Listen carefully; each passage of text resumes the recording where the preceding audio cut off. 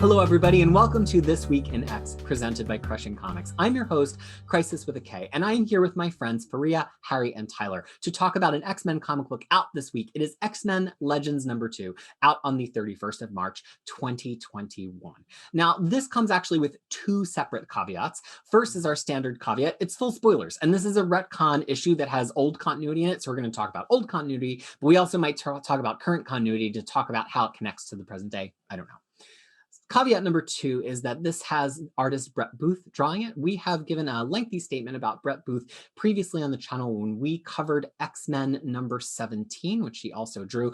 Booth has had a history of inciting and engaging in the harassment of critics, specifically female critics, on Twitter, and also comments related to Islamophobia and anti-Semitism on his ongoing blog. We cover everything, no matter who it is by, but we are not here to pass a value judgment on that creator merely by covering their work, and we invite you to go and learn about those things and his actions. And if you want more context, please go back and view our coverage of X-Men #17. All right, for X-Men Legends #2, I don't think we need to dissect this piece by piece. I think we're going to go 2 rounds. We're going to go a lightning round of reactions, and then we're going to go a round of what do we think this means for the X-Men now that this has been canonized. So, Tyler, lightning round, reaction. For issue 1, this is what I said. It is a very nostalgic trip back to the 90s. Niciso did not appear to have missed a beat, and this really brought me back to when I was reading them month to month. The art is straight from that era. It just feels right for the 90s. 2.75 summers out of 5, and it is the same for this issue. Copy, paste, copy, paste. Harry, you didn't even read this issue. You know, I found out literally just now this was drawn by Brett Booth, and all of my indecision has been no, I'm good. I'm just gonna soak this all in. Yeah. Sounds like some nonsense. Excellent. I'm just hanging out. I don't know. Yeah, he's just Harry's just down. He's just here to vibe. He's just here. Yeah. To the vibe out. All right. Adam X sounds like an erectile dysfunction pill, but let's keep it going. Also, remember, So the thing is, when X-Men Legend 1 came about, I'm like, ugh, who cares? Who are these people? I don't know any of them. I don't care about any of them. Fine, whatever. But since then, it's been a month, and I read disgusting amount of X-Men between these 2 times. So now, not only I know all of them, I understood Summer's family tree perfectly without even any hesitation. I knew exactly who those are, where they came from. I knew it all. So from that point of view, I was kind of excited. I was also excited to see Eric the Red because you guys forced me to read Claremont's X-Men. Then there was also the inception of someone's watching something, then another person's watching them to watch them something. All of that brought a lot of joy to me. But ultimately, who cares? Because the issue didn't have they give us a piece of information, but the problem is everyone else forgot that information within the story. So the whole point is one big who cares. I believe Harry, who did not read the issue, referred to it as some nonsense, and that might be my review of it too. This was bad. It was real bad. I think the art was okay. There are a couple of pages that I liked. The full page of Lalandra was particularly cool, but this Niciso, who's usually really reliable, just whiffed on this. There are so many terrible lines, so many bad setups. And he's talked about how this was 4 issues originally that he was going to do as an arc, and he compressed it down to 2, but the first one was double length. So really it kind of is almost 3, and he had to cut an issue worth.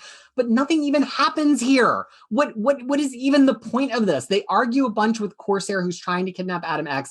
It turns out that Adam X keeps his brain in his ass. Why did we need that detail? I don't think we actually did. What? And then they're just like, so we're gonna go trade him, and there's just nothing happens. I'm so Not- angry. And it has Not- so many bad lines, and it just keeps playing this like, oh, I guess we're gonna hug now joke over and over again. And they forget everything. It's so much more interesting. It feels like the editors were just like, I don't know, find a way that we don't have to deal with it. It would have been so much more interesting if one of them remembered and we had to square square that this whole time. I just think it was a wreck. I would rather have not had this. I think this is everything that I kind of assumed was probably true about Adam X. And like this just gave it to me in the worst possible way. Be careful when you wish for things, fans, because creators might come back and just do it in a way that is worse than you hoped you would get it. That is my message about this issue. So this is a 90s thing? With the right... it is the 90s Okay, thing. all right. And one element we got wrong last time. Before I turn it back over to Tyler, the one thing we got wrong last time, not wrong, but we omitted, is that it wasn't just directly after X-Men 39. Nasia had also written a little bit of Captain Marvel that had also featured Adam X, and it's after that because he was referring to characters that were in that, and folks on YouTube pointed that, and we were very thankful. All right, Tyler. No, I mean, someone did remember Sinister. Right. Well, he knew to begin with. They didn't even. Yeah. I mean, we did get an editorial box referring to my favorite Mr. Sinister issue of all time, which was delightful for me. But so who is the one that's watching Sinister here? Magneto. With the bracelet? It kind of looks like Eric the Red again, but it wouldn't be, What? right? But it wouldn't Wait, be. what? Why would he be looking at it again? But no, it's Magneto. No, because he has gloves. And this guy just has cuffs. Who has a cuff like that? Isn't it red and purple? It's like it looks like Magneto. No, Magneto has was... sleeves though. He doesn't. This guy has a bare arm. What looks like a bare arm, and then a cuff, and then a hand at the edge. Oh, who cares? Arcade, maybe. I don't know. Mastermind, Arcade. Throw any name. Well, I mean, okay, but I think the other thing that modernized this issue is the data page. It has the data page, surprisingly. That's which they got wrong. Well, I mean, it has some errors. Let's be kind. That's as kind as I can possibly refer to it. So just a couple of things I did wanted to mention though is like I felt secondhand embarrassment because how Alex was reacting to a lot of these things. It's like I was like really like And then the second thing is like this whole commentary is like, oh, he has more of Deacon, or however you say that. I kept on wanting to say Duckin, than your mother, so I don't trust him. It's like, oh God, like really, do we still have to do those kind of weird nonsensical thing? Like it just like no. And then the third thing is like he's Adam X because he's the first of the thing and all that, but he's also created by the Shearer. How did they know about Christian bibliography of the earth? They despise earth. They don't care. They think we're like the lowest of the lowest, so why would they even do that? So I'm like, ugh, it doesn't make sense. And then the last thing, which actually made me laugh, but I'm like, this is like a most Alex thing rather than more Scott thing. It's like oh, I wanted to shake your hand, but instead I hugged you, and I'm like like, oh. So yeah, all of those things happened. To expand on that point for just a moment. So there's now 4 Summers boys, Cyclops and Alex. And canonically, Catherine Summers was pregnant at some point during their brief captivity before Corsair is sentenced to slavery and she's killed. And so Vulcan is maybe never even like born so much as harvested, and they incubate Vulcan, but he does not have any Shi'ar DNA. He's still straight up the child of Christopher Summers, Corsair, and Catherine Summers, as opposed to Adam X, who is specifically the genetic material from Catherine Summers combined with Dickens' genetic material to create this genetically engineered. So he's a half brother at best. He's kind of, I mean, he's not like a clone, but he's not a progeny. He's a chimera, really. He's an artificial creation with 2 different sets of genes to try to produce something.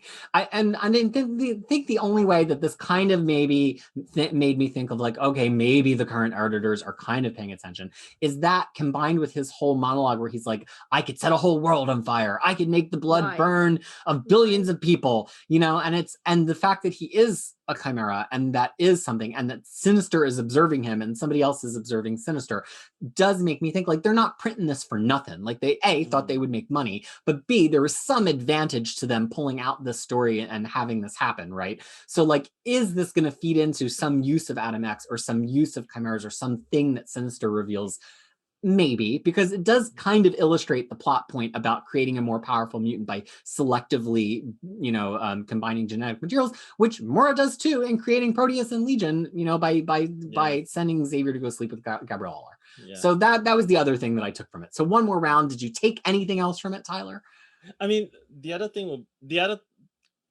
not really taking anything from this. It's just a question. It's like, so Adam Max is out somewhere being a farmer right now?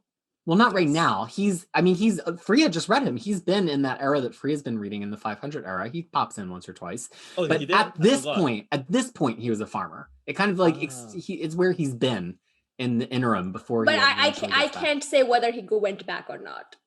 I can't speak to that. He probably have gone back. Well, now he's in Mojo World. Oh, that's right. That's right. I forgot. Okay. Yeah. Harry, you did read that. Yeah, he's trending. He's trending. He's X the one Factor. I can't tell if I'm on drugs and y'all aren't, or you're all on drugs and I'm not. It's the other way. That second one. I do remember Mojo World. I do know that. Yeah. So the thing is, I think like everything that Peter said tracks, and I hope that it kind of brings all of that comes together somehow, because we had to suffer through this. But the other question is, why even do it this way? Why not just do it in whatever story you were going to tell and you're going to bring him in? Just explain it there. I mean, why? Yeah, I'm not convinced that we got anything good from this, right? Put a whole issue out at that time. You're still going to earn money. Put a whole issue at that time. I mean, I don't know. I mean, and have Caesar write it. Why not? But the thing is, why even do it this whole backtrack way? It feels, I'm like, no, that's not creativity. That's I wrote some some information, some test answers wrong, so I'm gonna go to the TA and have him help me correct it. I'm not talking from experience. I heard this can be done. I can speak from experience. No. All right. Well, I think that we may have already reached the end of our discussion here of X-Men. What has happened just now? Harry, I can't say that we recommend this. Yeah, basically, just skip it. Yeah, I mean, yeah. I'll go take a walk in the sun or something instead of reading it. Next one is by Louisa Simonson and Walter Simonson. So that's right. Oh, whoa, hold on. That sounds pretty good. Yeah. Well, we'll see. Yeah, but that's in the era of X Factor which Fariha did not know exist until sometime a few days ago. Hey, okay, okay, it's okay. Give me some time, okay? I just graduated to X Factor. Sorry, X Force. I'm gonna get to X-Men one day. She's gonna be ecstatic. All right, so that has been our discussion of X-Men Legends #2. If you're looking for a much, much, much fuller discussion of X-Men #19, please look elsewhere on the channel, because we went so deep on that this week. But until we see you again, the whole reason we get together, I mean, I really did hate the experience of reading this, but even when I hate the experience of reading an issue of X-Men, I'm so happy to read it. Why, Fariha? Because X-Men is better when you read together. That's or when you spam your friends messenger with all your thoughts and anger and venting. Find yourself a group of friends that you can just spam horrible lines from comics to, and they all know exactly what you mean and why you're saying it. What's up with the aspirine? I don't want to know. Never mind. No. That's been all for us. Well, yeah, we'll get you up to date in the chat. That's been it for this week in X. Thank you so much for being a part of our discussion, and we will see you next time here on Crushing Comics. Bye.